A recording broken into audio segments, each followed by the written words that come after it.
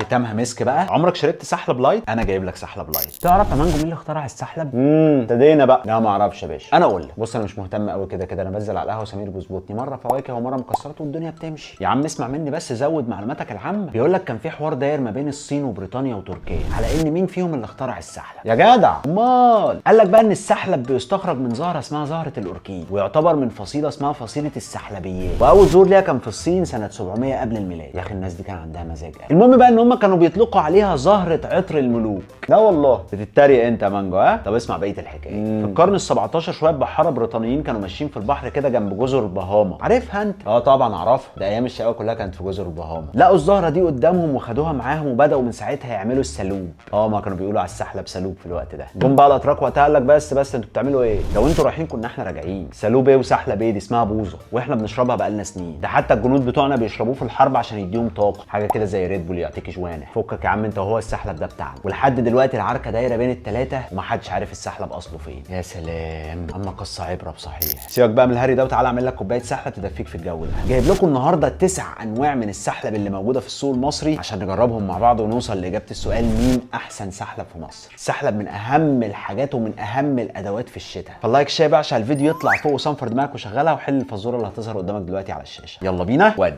مبدئيا كده هنثبت طريقه التحضير في كل الانواع عشان يكون الموضوع فير. معلقتين سحلب، كوبايه لبن ساقع، معلقه سكر. وطبعا السكر كل واحد بيحطه على حسب التفضيل بتاعه. انا عن نفسي بشرب معلقه سكر واحده في السحلب لان في الغالب كده كده السحلب بيكون مسكر. هنحط الحاجات دي مع بعض في كنكه او في حله ونقلبهم مع بعض لحد ما نوصل للقوام الملزلز بتاع السحلب اللي احنا عارفينه. الحلقه هتكون متقسمه كالاتي: كل شويه انواع هيدخلوا مع بعض على حسب سعرهم ويدبوا في بعض لحد ما نشوف مين فيهم اللي هيكسب. اخر نوع معايا بقى سعره خرافي، فانا متحفز له من بدايه الحلقه اصلا. اول 3 انواع معايا حلو الشام ودريم والطحان. حلو الشام كاتب لك من هنا رقم 1 في مصر، ومكتوب لك عليه من بره مشروب بطعم السحلب، ودي التركه بقى. اغلب الانواع اللي موجوده معايا النهارده مكتوب عليها ان هي مشروب بطعم السحلب، يعني مش معموله من السحلب الاصلي. تفتكروا المانجو يسكت؟ قعدت ادور وادعبس على انواع تكون معموله من السحلب الاصلي او من السحلب الحقيقي لحد ما وصلت النوعين عشان نجربهم ونشوف هل في فرق في الطعم فعلا ولا لا. حلو الشام وزنه 190 جرام وسعره 16 جنيه. تاني نوع في الفئه السعريه دي وهو دريم، والاسم الحركي ليه سحلباشا، شقاوه يعني. مشروب بطعم السحلب برده 100 جرام ب 10 جنيه، وده طبعا سعر كويس جدا. التغليف بتاعه كويس، محطوط في علبه كرتون كده، كاتب لك من ورا هنا طريقه التحضير بتاعته. تالت نوع معانا في الفئه السعريه دي وهو الطحان، نفس التغليف بتاع حلو الشام، بس الفرق ان هو حاطط لك افيز من هنا زي اللي احنا بنربط بيه طاسه كاوتش العربيه. مصري قوي دي يا عم الطحان، يعني ممكن نلزق الكيس من فوق، نعمل اي لقطه غير الافيز ده كده. انا بقى اروح اظبط الثلاثه وارجع لكم تاني. السحلب واصل، دريم، الطحان، حلو الشام. تعالوا اوريكم شكل الثلاثه كده من قريب. دريم، طحان، حلو الشام. الثلاثه موجود فيهم سمسم، بس اقل واحد في كميه السمسم او كميه المكسرات، يعني لو هنقول عليها مكسرات هو الطحان. تعالوا بقى ندوق. بسم الله. السحلب ملزلز، معناه انه نجح. طعم النشا فيه عالي، جوز الهند طعمه مش باين قوي. المفروض ان هم كاتبين ان فيه قرفه بس انا مش حاسس بطعم قرفه خالص. نفصل. الطحان هنا السماكه بتاعته اعلى من دريم، طعمه مسكر اكتر، بس نفس الكومنت، حاسس بطعم نشا عالي برضه، مش حاسس بطعم سحلب. نفصل. حلو الشام.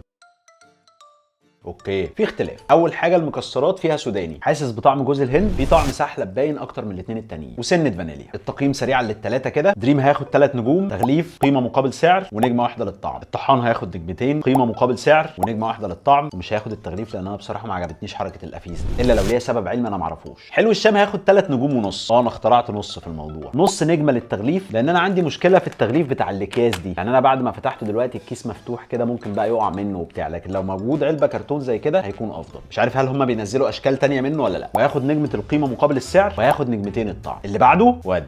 المجموعه الثانيه جوستو وابو علي. سحلب جوستو 250 جرام ب 20 جنيه، يعني تقريبا نفس سعر اللي فاتوا لان هنا الكميه اكبر. هنا بقى مش كاتب لك مشروب بطعم السحلب، هو مش ذاكر في المكونات اي حاجه تخص السحلب اصلا. الكيس بتاعه تحسه شبه اكياس القهوه كده، هنا بتقوم شده وفتحه وبتاع. نيجي بقى لابو علي، مشروب بطعم السحلب 300 جرام وعلبه صفيح 25 جنيه، سعره مريب جدا بالنسبه لي. راسم لك من هنا بقى جوز هند والوان لطيفه وبتاع وشغل فاخر. هروح اسويهم وارجع له. جوستو وابو علي. الملاحظه الاوليه كده ان السمسم في جوستو اكتر من ابو علي، بس جوستو اخف بكتير، يعني تحسه اكنه لبن عادي مش سحلب. بصوا الشكل من قريب كده، ده جوستو وده ابو علي. بسم الله.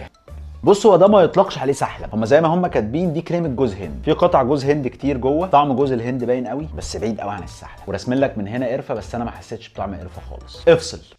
ابو علي ده اتقل بكتير من جوستو، بس المكسرات جواه او السمسم قليل قوي، بس حاسس ان في احلى، احنا بعيد لسه. الطعم ما فرقش كتير عن اللي فاتوا. والصراحه اللي يميز ابو علي ان سعره كويس قوي مقارنه بحجمه. فجوستو هياخد 3 نجوم، نجمه تغليف، نجمه القيمه مقابل السعر، ونجمه واحده للطعم. ابو علي برضه هياخد 3 نجوم، تغليف، قيمه مقابل سعر، نجمه واحده للطعم. المجموعه اللي قبل الاخيره، اصل في نوع في الاخر ده جاي لوحده مش هيتقارن بحد اصلا. ابو عوف زادنا الحناوي. الحناوي قرر ان هو هيعمل سحلب لايت 250 جرام ب 45 جنيه. قريت القيم الغذائيه وقارنتها بالباقيين، لقيت ان اكتر حاجه واضحه هي ان السكر هنا زيرو، عشان كده هو لايت. وكاتب لك من فوق هنا ان انت تحط عليه سكر ستيفيا او سكر دايت وتعمله بلبن منزوع الدسم. هنشوف. زادنا 500 جرام بسعر 65 جنيه، ودي اكبر كميه موجوده معايا في حلقه النهارده. من المعلومات اللي مختلفه عليه ان هو كاتب لك سحلب بالمكسرات مش مشروب بطعم السحلب، وفي المكونات اللي مكتوب عليه من الظهر مكتوب ان هو سحلب خام، فمن المفترض ان ده سحلب حقيقي مش مشروب بطعم السحلب. النوع الثالث ابو عوف 250 جرام ب 120 جنيه، وده تاني اغلى سعر موجود معايا في حلقه النهارده. بصراحه ده يعتبر سعر غالي مقارنه بكل الانواع اللي قبله، فالمفروض يبقى بوم. هروح اروق الدنيا واطبخهم كده وارجع لكم. زادنا ابو عوف حناوي. في بقى كام ملاحظه لازم اقول لكم عليها. اول حاجه ابو عوف لقيتهم حاطين جواه كيس مكسرات، بس طبعا الكيس مرمي جوه البودره كده. ده شكله اهو 25 جرام وبتاع. اقرب لكم شكله بالراحه كده. كل المكسرات اللي جواه مكسرات مطحونه كده زي جوز هند على سوداني وبتاع، بس طبعا طريقه وضعه جوه العلبه الصفيح دي صعبه شويه. طبعا يشكر ان هم حاطين مكسرات. المعلومه الثانيه، حناوي برده حاطط لنا كيس مكسرات هنا، بس مكسرات بقى على بعضها مش مفرومه، جوز هند على بندق على لوز. والمعلومه اللي بعد كده، ده شكل السحلب بتاع الحناوي اللي هو السحلب اللايت. لونه مش ابيض، لونه كريمي كده، تحسه زي اللبن النيدو. تعالوا اوريكم شكله. زادنا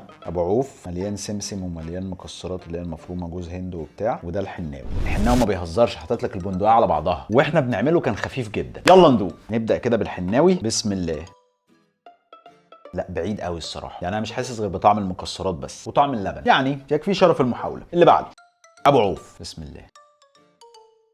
ايوه بقى، حاسس بطعم حاجات كتير جوه. اولا السحلب غني جدا، طعم سوداني عالي، طعم جوز هند، طعم سمسم، مش تقيل قوي قوي تحس ان انت بتاكل مهلبيه، مش خفيف، فمظبوط ابو عوف. نفصل. زادنا. بسم الله. حلو الكلام. طعم جوز الهند عالي، مكسرات قليله، ملزلز اكتر من بتاع ابو عوف، بس كطعم وكجوده يعدي. فملخص الفئه دي، حناوي هياخد نجمتين، نجمه تغليف ونجمه واحده للطعم عشان المكسرات وشويه الشغل اللي معمولين. ابو عوف هياخد 4 نجوم، نجمه للتغليف، هياخد نجمتين للطعم، وهديله من عندي نجمه الاستكه على الطعم، لان الطعم لحد دلوقتي هو احسن واحد فيهم كلهم. مش هياخد نجمه القيمه مقابل السعر لان سعره غالي جدا، فالاجمالي 4 نجوم. زادنا تغليف، قيمه مقابل سعر لان هو اكبر حجم في الاحجام كلها، وهياخد نجمه واحده للطعم. تعالوا بقى نختم باخر نوع معايا، ختامها مسك بقى. طول عمري نفسي اسافر تركيا لسبب واحد بس، ان اشرب كوبايه قهوه مع البقلاوه اللي لونها اخضر اللي كلها فستق دي. واشهر مكان بيعملها هناك اسمه حافظ مصطفى، فتح فرع في مصر هنا قريب، ممكن ابقى اجربه. المهم ان انا لقيت على امازون العلبه دي ومرسوم عليها صوره حافظ مصطفى، ولقيت سعرها 250 جنيه. قمت مخلص فيها. قبل ما ادخل الحلقه دلوقتي دخلت على امازون لقيت سعرها 460 جنيه. الصراحه فكرت ابيعها واعمل مصلحه، فرق سعر حلو، بس قلت مش خساره فيك واجيبها ونجربها مع بعض. 170 جرام، علبه صفيح شياكه وصوره عم حافظ اهي، وقال لك من سنه 1864. كاتب لك من هنا سالب، بيسموه هناك سالب. طبعا العلبه مفيش ولا كلمه عربي ولا انجليزي، كلها مكتوبه بالتركي. طبعا انا في التركي صفر. المختلف بقى في العلبه دي ان هم بياكدوا انها معموله من نبات السحلب الحقيقي. فانا هروح بقى اسوي علبه السحلب بتاعت عم حافظ مصطفى وارجع لكم تاني. حافظ مصطفى. في كام معلومه على السريع كده وانا بعمل السحلب. اكتشفت ان العلبه مكتوب عليها بالانجليزي، فقريت طريقه التحضير بتاعته لقيتها مختلفه عن كل الانواع اللي انا جربتها. كل الانواع بتقول لك ان انت تحط لبن ساقع على السحلب، هنا بيقول لك انت هتستخدم 180 مللي من الهوت ميلك او اللبن السخن. دول واثقين في نفسهم قوي. من المعلومات المشهوره عن السحلب ان انت لو حطيت عليه لبن سخن بيكلكع، هنا لا. تعالوا افرجكم على شكل العلبه من جوه. بصوا العلبه من جوه شكلها ذهبي كده، شكل الكيس نفسه شياكه. الريحه اللي غالبه قوي بقى ريحه المستكه، ريحه مختلفه عن كل اللي انا جربته قبل كده. تعالوا اوريكم شكل الكيس وشكل الكوبايه. ده شكل الكيس من جوه اهو، تحس لونها برده كريمي كده، مش لون ابيض ابيض. وده شكل السحلب. المختلف عن الانواع الباقيه ان هو عامل فوم كده، تحس ان في فوم من فوق. هو الواحد متفائل، بس هنعمل ايه لو عجبنا؟ بسم الله. بوم بوم بوم. الصراحه ده في حته تاني خالص. انا حاسس بطعم سحلب انا ما دقتوش قبل كده في حياتي. طعم مستكه عالي قوي. ده بقى مش عارف، ممكن يكون ميزه لبعض الناس وعيب لبعض الناس التانيه. ما فيهوش مكسرات كتير، فلو فرضنا يعني ان احنا جبناه هنبقى محتاجين نجيب شويه مكسرات من المقله، لكن هو كطعم وكجوده استكه. حطينا في موقف صعب حافظ مصطفى. اكيد هياخد نجمه التغليف، واكيد هياخد نجمتين الطعم، واكيد مش هياخد نجمه السعر لان هو طعمه حلو بس غالي جدا جدا جدا. بس انا برضه هديله من عندي نجمه الاستكه عشان طعمه في حته تاني خالص. فكده حافظ مصطفى هياخد 4 نجوم. نلم الحلقه بقى. لو اتكلمنا على اول مجموعه فانا تفضيلي الشخصي هيكون حلو الشام. المجموعه الثانيه انا مش هختار حاجه منها. اما المجموعه الثالثه فانا هختار ابو عود، مع مراعاه ان سعره غالي جدا لكن طعمه حلو، وطبعا عم حافظ. بس كده، دي كانت حلقه شتويه لذيذه جربنا فيها انواع مختلفه من السحلب. لو عجبتكم الحلقه اللايك والفولو والسبسكرايب، لان هو ده الدعم اللي انتوا تقدروا تقدموه لحبيبكم واخوكم المانجو. ولو حد قابل حاجه غريبه او جديده او عجيبه وعايزنا نجيبها ونجربها هنا مع بعض، اكتبها لي في الكومنتات على طول دلوقتي، ان شاء الله اجيبها واجربها واقول لكم رايي فيها. واخيرا لكل المانجو لافرز، سي يو.